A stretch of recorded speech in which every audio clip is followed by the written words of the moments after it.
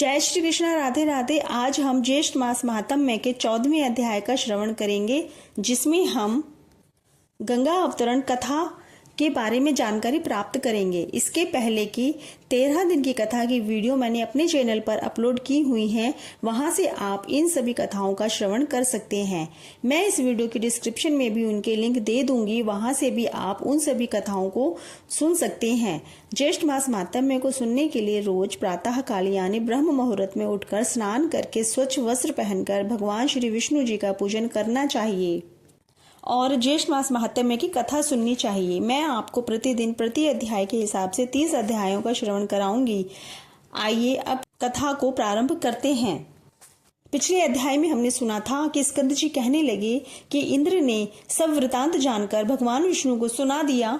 भगवान विष्णु ने इंद्र से सब वृतांत सुनकर इंद्र को अदृश्य होने वाली विद्या दी और उनसे कहा कि तुम अदृश्य होकर यज्ञ का घोड़ा हर कर कपिल मुनि के आश्रम में छुपा दो। तब इंद्र यज्ञ का घोड़ा अदृश्य होकर हर लेते हैं और कपिल मुनि के आश्रम में उसे छुपा देते हैं। घोड़े के हरण की बात पता चलते ही सगर के पुत्र उसे खोजते हुए कपिल मुनि की गुफा में पहुंचते हैं और घोड़े को देखकर कपिल मुनि को चोर समझकर उन्हें अपशब्द कहते हैं, जिसे कपिल मुनि ने उन्हें अपने नेत्राग्नि से भस्म कर दिया। अब आगे की कथा इस प्रकार से है। ऋषि कहने लगे कि हे षडानन, जब राजा सगर की सब संतति भस्म हो गई और उनका यज्ञ ना हो सका तो राजा सगर ने क्या किया और उनके सैनिकों ने क्या किया, यह सब कृपा करके आप हमसे कहिए, हमारी जानने की इच्छा है। तब स्कंद जी कहने लगे कि हे शौनक ऋषियों, बिल के द्वार पर स्थित सैनिक लोग विहल होकर और बिल की उस अग्नि ज्वाला से संतप्त होकर राजा सगर को समाचार सुनाने के लिए गए और कहा कि आपके पुत्रों ने जब यज्ञ के घोड़े को कहीं नहीं देखा तो अपने हाथों से पृथ्वी तल को खोद डाला। उसके अंदर उन्हें एक बिल मिला और 100 योजन के विस्तार में एक गुफा मिली। उसके अंदर बहुत से सैनिकों सहित आपके पुत्र सबके सब चले गए और हम सब लोगों को बिल के द्वार पर रोक दिया। कितने ही दिनों जब तक वह बाहर नहीं आए और हमको बिल के द्वार पर खड़े रहने के कारण कुछ पता नहीं लगा कि वे अंदर क्या कर रहे हैं। इतने में ही पाताल के समान वह बिल अग्नि से पूर्ण हो गया और हम लोग अग्नि ज्वाला में व्याप्त हो गए। फिर हम लोग वापस आकर समाचार आपसे निवेदन किया है, हे राजन, उनकी क्या गति हुई। मुग्ध हो जाने के कारण हम कुछ नहीं जान सके। उन सैनिकों के ऐसे वचन सुनकर पर्वत पर वज्र के प्रहार के समान राजा सगर पृथ्वी पर गिर गए और मूर्छा खाकर मृतवत से लगने लगे। यह देखकर उनके सभी आत्मज और सभी ऋत्विज लोग हाहाकार करने लगे। इसके पश्चात राजा सगर को उठाकर उनके मुख कमल पर जल सिंचन करने लगे, यानी जल की छींटे मारने लगे। राजा को मूर्छा से जागृत देखकर ऋत्विज लोग कहने लगे कि हे नृप, शार्दूल, हे प्राणियों के रक्षक, शोक मत करो, क्योंकि पुरुष वीर्यशाली होते हैं। आप और हम सब उस बिल के द्वार पर चलेंगे और वे सब उस बिल के अंदर वाले जीव का बल और पराक्रम देखने के लिए यज्ञ के कार्य को समाप्त करके चल पड़े।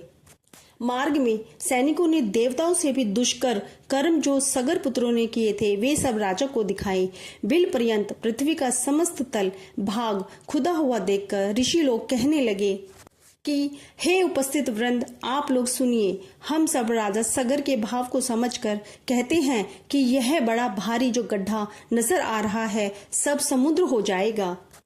इस प्रकार विवाद करते हुए वह सब विवर के समीप चले गए और उसके समीप सब सेना को खड़ी करके धर्मात्मा राजा सगर ऋषियों के साथ संयत होकर परम अद्भुत भूग्रह के अंदर गए। वह भूग्रह इंद्रलोक के समान रत्नों से प्रदीप्त, प्राणियों के संचार से रहित और सुंदर था, परंतु भस्म से पूर्ण था। राजा व ऋषि लोग देखकर क्रम से उस तेज पुंज के पास गए। जलती हुई अग्नि के समान तेज से व्याप्त उनको देखकर, जो कि प्रज्वल मान परमात्मा ध्यान मग्न और योग गम्य है, सब ऋषि आदियों ने कुछ देर बाद उनको कपिल मुनि जानकर नमस्कार किया, उनकी स्तुति करने लगे। वे कहने लगे कि हे देव, आप नित्य हैं। हे परमानंद, आपकी जय हो। जगत के कारण, रूप तथा मन से सृष्टि का संहार करने वाले आपको नमस्कार है। हे सत्य गुण को धारण करने वाले हरि स्वरूपा, आपको नमस्कार है। तथा तम रूप में स्थित रुद्र यानी शिव स्वरूप, आपको नमस्कार है। हे अखिल लोक वंदना के योग्य, हे सुरासुर से पूजित चरण कमलों वाले, आपको नमस्कार है। हे दया के सागर, संसार रूपी सागर में फंसे हुए हम लोगों की आप रक्षा करें। हे ब्राह्मणों के स्वामी, शीघ्र हम लोगों का उद्धार करें। शोक रूपी विशाल किनारों से रहित जल राशि में पतित इस पृथ्वी का उद्धार करें, क्योंकि हे दीन बंधु, आप ही आदि स्वरूप 12 रूपधारी हैं। इस तरह स्तुति करके राजा सगर पुनः शोकमग्न होकर और वर्षा काल में जैसे महान पाषाण गिरते हैं, पृथ्वी पर गिर गए।